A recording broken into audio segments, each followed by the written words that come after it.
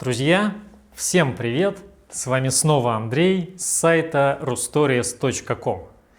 Я читаю для вас короткие рассказы на русском языке. Русский текст вы увидите справа на экране, а английский перевод вы можете увидеть, включив субтитры YouTube. Итак, поехали. Бухара. Я достаточно много путешествовал и однажды побывал в Узбекистане, в городе Бухара. Это известный среди туристов город, но я отправился гулять в обычные жилые районы и посмотрел, как там живут обычные люди. Я погулял по улицам, где почти не бывают туристы. Там живут самые обычные узбеки. Большинство людей здесь живет небогато и в основном на деньги, которые присылают родственники из России. Бухара, по сути, разделена на несколько частей. Некоторые живут в старых районах города, которые называются махали. Другие живут в районах советского времени. Махаля представляет собой что-то вроде района, в котором может жить несколько десятков и даже сотен семей. Некоторым домам в таких местах уже больше 100 лет. В некоторых, к сожалению, ремонта не было почти столько же лет, потому что дело это дорогостоящее, и не каждый может себе позволить. При этом, если узбеки начинают стройку у себя дома, то стараются сделать все так, чтобы выглядело пошикарнее и побогаче. Обязательно строят большой забор или очень большую дверь.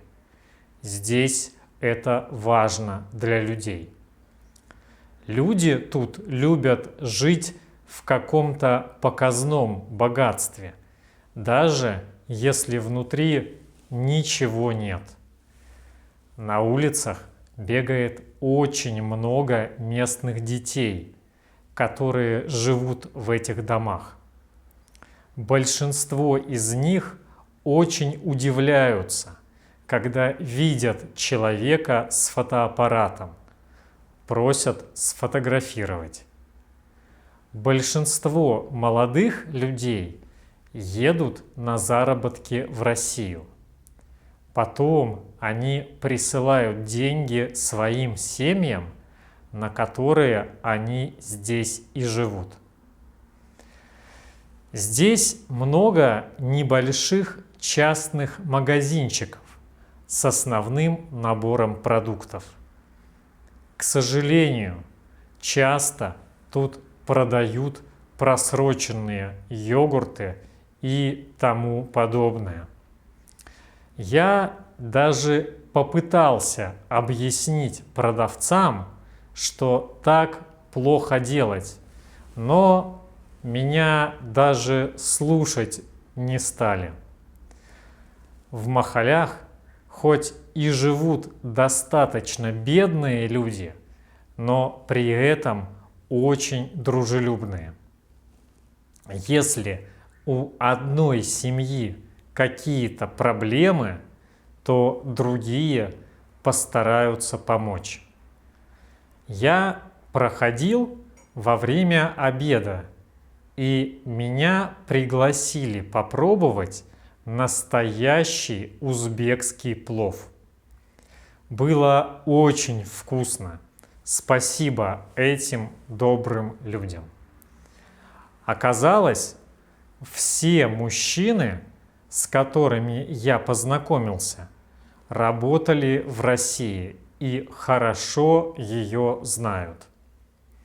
А потом я сходил в другую часть Бухары, в застроенный в советское время район, где тоже живут обычные люди и куда не ходят гулять приезжие туристы.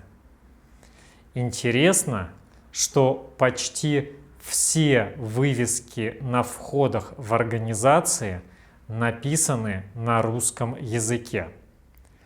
Люди здесь оказались не такими приветливыми, как в Махале, и несколько раз мне даже угрожали за то, что я фотографировал улицы.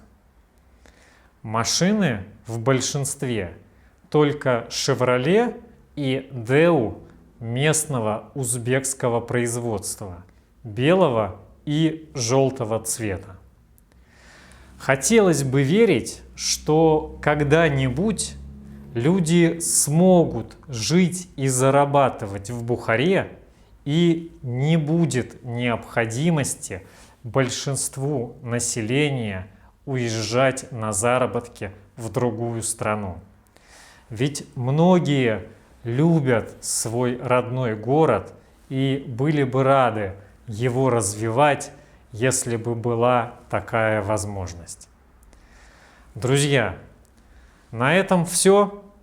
Спасибо, что смотрели это видео. Ставьте лайки, подписывайтесь на канал. Удачи вам и пока!